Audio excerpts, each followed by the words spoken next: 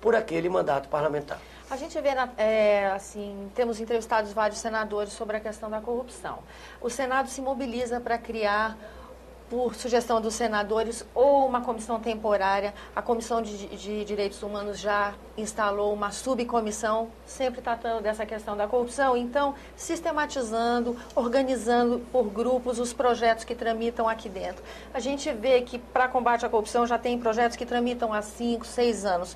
O senhor acha que agora começa a ter ambiente para que essa tramitação se agilize? Há algum diferencial no momento circunstancial de agora que propicie um combate mais efetivo?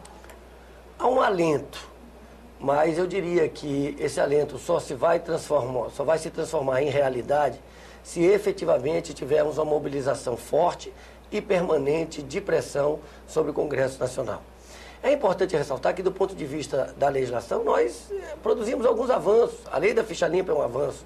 A lei aprovada de autoria do senador Capiberibe, que garante a transparência nas contas públicas, que obriga o governo federal, os governos estaduais, os governos municipais a colocarem suas contas na internet, em tempo quase real, para o controle social da população. Isso é muito importante, isso contribui para o combate à corrupção. Mas é claro que temos uma série de outras medidas.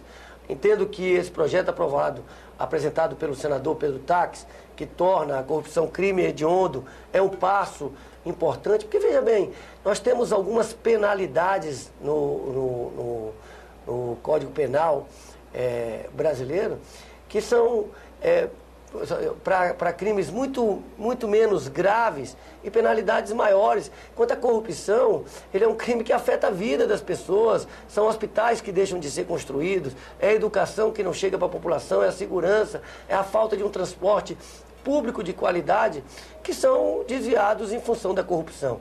Portanto, a corrupção ela tem que ser punida de forma efetiva e rápida, porque senão dá essa sensação de impunidade que alimenta a corrupção. No caso do Distrito Federal, para encerrar nossa entrevista, no caso do Distrito Federal, como o senhor bem disse, não sei se é o maior escândalo, mas é um escândalo muito bem registrado de desvio de recurso público.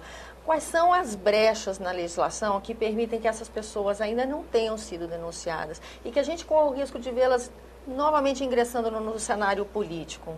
Olha, eu diria no caso do Distrito Federal, quero registrar que é importante que a gente respeite o direito de defesa de todas as pessoas. Mas a questão que preocupa é que até esse momento não houve nenhuma denúncia formal em relação a essas pessoas. Isso é por falta de mecanismo legal? Neste momento não. Pode ser, e aí eu quero aqui manifestar toda a minha confiança na Procuradoria-Geral da República e no Ministério Público Federal, que pode ser que a coisa seja tão grande que ainda esteja levantando os elementos para poder fazer essa denúncia. Mas é importante que esse esclarecimento seja dado ao público, porque 2 anos depois de um escândalo dessa magnitude, a imprensa noticiando que os seus atores estão se rearticulando, e até esse momento nenhuma denúncia foi formalizada, o que faz? O que acontece na prática? Acontece uma disseminação de um sentimento de impunidade.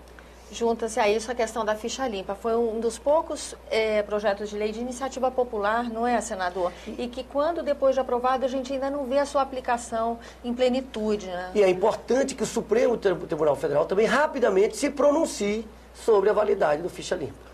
Ou seja, a gente pode concluir que o principal elemento de combate à corrupção é o controle social, é a manifestação do cidadão. Eu diria que o controle social é fundamental para o combate à corrupção. E a mobilização permanente da população, porque a mobilização, ela traz a conscientização, ao acompanhamento, ao voto mais esclarecido, e, portanto, isso tudo contribui efetivamente para o combate à corrupção. Obrigada, senador, pela sua presença no nosso programa. E a você que nos acompanha, muito obrigada pela atenção. Eu sou Tânia Horman, falando para a TV Senado, Agência Rádio Senado, as emissoras conveniadas. Se você quiser entrar em contato conosco, por favor, nos ligue no 0800 61 2211. A ligação é gratuita. Se você quiser assistir esse ou outro dos nossos programas, por favor, acesse www.senado.gov.br/TV.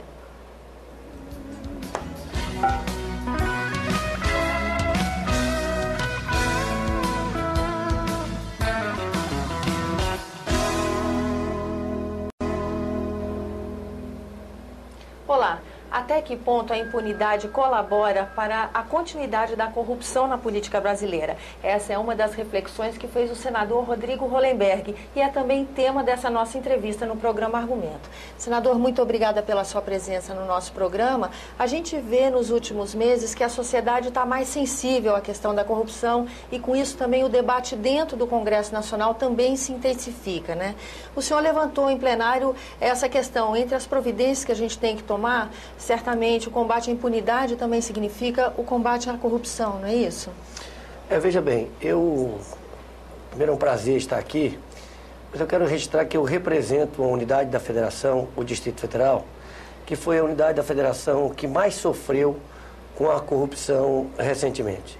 Brasília protagonizou um dos maiores escândalos de corrupção do país há cerca de 2 anos atrás, que trouxe inúmeros prejuízos, ainda traz inúmeros prejuízos à vida da cidade, à imagem da cidade diante do Brasil, a autoestima da cidade que foi à lona, um prejuízo enorme, a deterioração dos serviços públicos, a paralisação de diversas obras importantes para a cidade, e foi isso, sem dúvida, que motivou que fizesse com que a maior manifestação contra a corrupção ocorrida no Brasil no dia 7 de setembro tenha ocorrido exatamente em Brasília.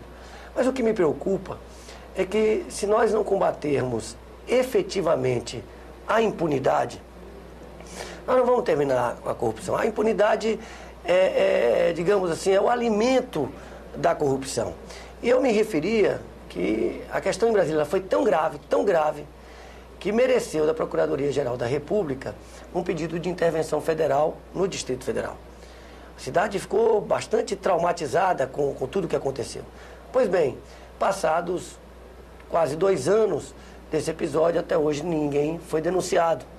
E as informações que temos, até pela imprensa, que alguns desses personagens políticos já estariam se mobilizando novamente em torno da possibilidade de disputa a novas eleições. Então isso desanima a população, isso revolta, indigna a população.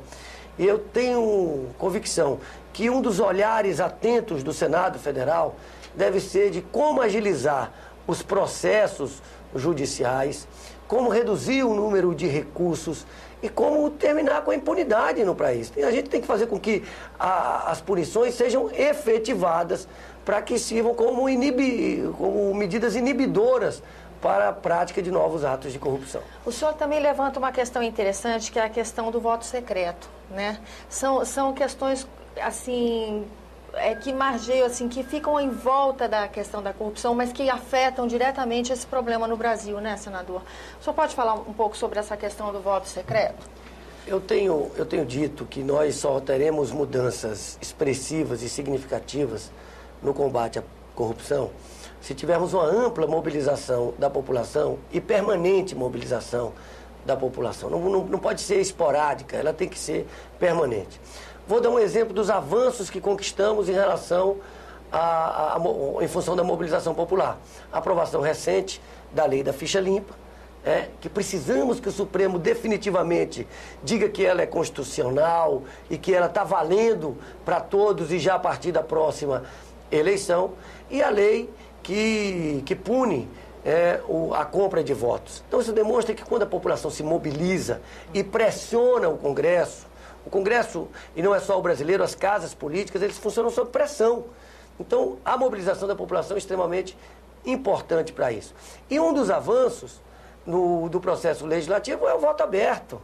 É claro que o cidadão comum, o eleitor, a população de uma forma geral, ela tem direito de saber como vota o seu representante. Nós vivemos num sistema representativo.